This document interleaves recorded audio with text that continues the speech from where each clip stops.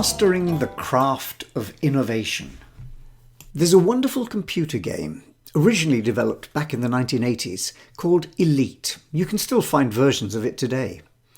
It was a simple but enthralling game involving learning to pilot a spacecraft and then crisscrossing the universe in a series of interplanetary trading activities. So the early stages were all about mastering the craft skills of being a pilot, crashing repeatedly as you tried to dock with a space station, managing to load your first cargo, and then being attacked and shot down by pirates, finally making it to your destination and turning a small profit on your trading mission. But over time, you got better, developed your skills and capabilities, began to make more adventurous journeys. Now, although this was set far into the future, there's a kind of resonance with a much older model, that of the medieval craftsman. The guilds were pretty good at managing vocational training, with a system which still has value today. Whether you were going to be a stonemason, wheelwright, thatcher or blacksmith, your training followed the same path. You'd start at the bottom, learning as an apprentice through a mixture of formal training at the hands and often the fists of a master who would mentor your progress through a long sequence of mistakes. But eventually your learning paid off. You were released out into the wider world as a journeyman, able to take your trade and practice it alone. Note the word practice. You still had plenty to learn, but you did this now by accumulating a variety of different experiences, working on different projects. Eventually there'd come a day when you'd built up enough hard-won craft knowledge to be able to spend your time not only building cathedrals, but also passing on your knowledge to another wave of apprentice stonemasons. You'd become a master craftsman. Now, the idea of learning a craft offers us a useful metaphor for the world of innovation. We know it's not magic. Creating value from ideas doesn't simply happen when a light bulb flashes above someone's head. It involves a journey, one as fraught with uncertainty and nasty surprises as any of my interstellar jaunts. And whilst each journey is unique, there's a pattern to them, which is shared. Innovation involves key stages from ideation right through to capturing value. Whether we're in the public or the private sector, working in a startup or part of a large established organization, the same challenges emerge.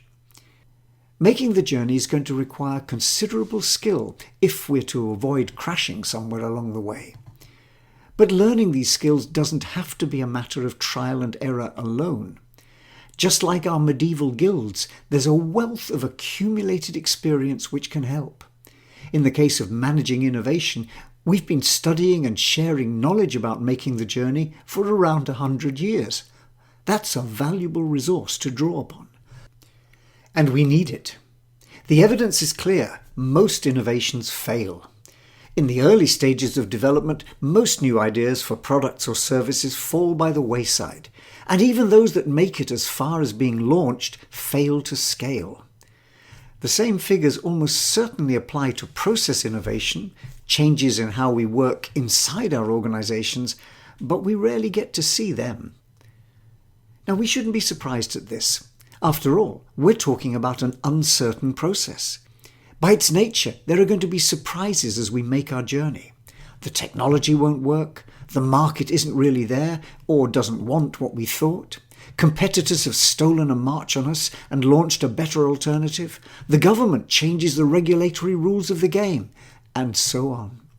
Uncertainty is a fact of innovation life, but it doesn't mean we have to sit back and accept it as our fate. Research consistently shows that there are things we can do to stack the deck more in our favour, and these come down to learning the craft of managing innovation. Let's take an example. The humanitarian aid sector is, by any stretch of the imagination, a challenging world to work in, but it's one which has innovation right at the centre. We sometimes speak about innovation as a matter of survival. But in the world of disasters, natural or man-made, it is literally so. Unless we can find solutions, and fast, to problems of providing clean water, food, healthcare and shelter, vulnerable people are at serious risk. Thankfully, it's a world where innovation happens extensively. And whilst the demand side remains almost overwhelming in scale, the availability of innovations to help deal with it is improving. But there are plenty of challenges to making the journey from great ideas to creating this kind of value. We'd recognise the same themes from elsewhere in the innovation world. How to move from a value proposition, which is a theory about how we might possibly create value, to creating a robust solution which actually does. And even if we get that far, prototyping and developing our way to a successful pilot, the bigger journey still lies ahead of us: how to move it to scale. Now, part of this solution to these puzzles lies in capacity building, developing the skills and capabilities needed in the people who work in the sector, meeting the challenge of learning the craft of innovation. There's been a lot of interest in this over the past 10 years, and the sector is slowly moving to a position where innovators recognise that success is more than just luck, and they're working to master the skills and capabilities around managing innovation.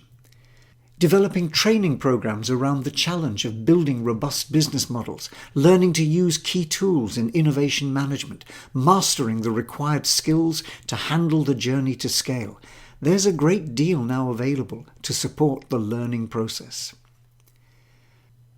Let's think a bit about building capability. Back in the days of my space exploration and learning to become an elite pilot, there was another feature to the game. When you'd earned some money, you could refit your spacecraft, putting in stronger shields, faster engines, more powerful weaponry. Eventually, your ship became a key part of your capability, a vessel able to cross the universe and arrive safely at its far-flung destination. In our innovation world, the same applies. Success is not just about skilled individuals, it's also about the organisations in which they operate. Rather than stumble through innovation as a trial and error process, organisations evolve innovation capability through embedding the skills and capabilities associated with success in structures and processes. They become patterns of behaviour which form the way we do things round here, our innovation culture. They're dealing with generic challenges, but each organisation finds its own version. They have innovation personalities which characterise them. Think of some examples. 3M is a famous role model, consistently achieving impressive innovation performance over a lifetime, well in excess of over 100 years. That's not down to luck. Their ability to repeat the innovation trick is all about learning and embedding their own versions of routines around things like giving people space and time to explore, their famous 15% policy, or using communities of practice to ensure regular sharing of ideas. It's worth looking at the experience of other organisations who are members of what we might call the 100 Club, those that have survived and continued to thrive through innovation over a period of a century or more. They exist in all sorts of shapes and forms, but have one thing in common: a set of routines containing what they've learned about successful innovation management. They're not alone. Toyota's strong position as one of the world's most productive car makers over decades isn't an accident. It's evolved ways of innovating, particularly around its processes, a version of lean manufacturing which is called the Toyota Way. This bundle of routines includes placing strong emphasis on enabling all employees to participate regularly in incremental innovation, Kaizen. And it also extends to the ways in which it works with its networks of suppliers, drawing them into a system which continuously innovates around quality, cost and delivery. Pixar has routines particularly associated with managing the creative process in its films, allowing for challenge and conflict so that the movie continuously evolves through a process of learning by pivoting around what isn't working as well as what is. This theme of routines is an idea whose time has perhaps come. We even have the International Standards Organization promoting guidelines for innovation management inside an innovation management system. So to recap, thinking about learning the craft of innovation. That innovation question remains the same. How do we create value from ideas? But the context in which we try to answer it is constantly changing. And so we need to have the ability to update and extend our routines, our skills and our capabilities on a regular basis. If we're serious about innovation in our organizations, then it's worth investing in the learning to enable it, both at the individual level and in the context of building the organization as a whole. Mastering the craft of innovation. Now, a little commercial here. If you're interested in this theme of managing innovation and particularly how we might master the craft of it, you might find my online course, Mastering the Craft of Innovation, of interest. In true agile innovation spirit, this is an evolving concept, so any comments or feedback would be very welcome. You can find out more details at the link on the website.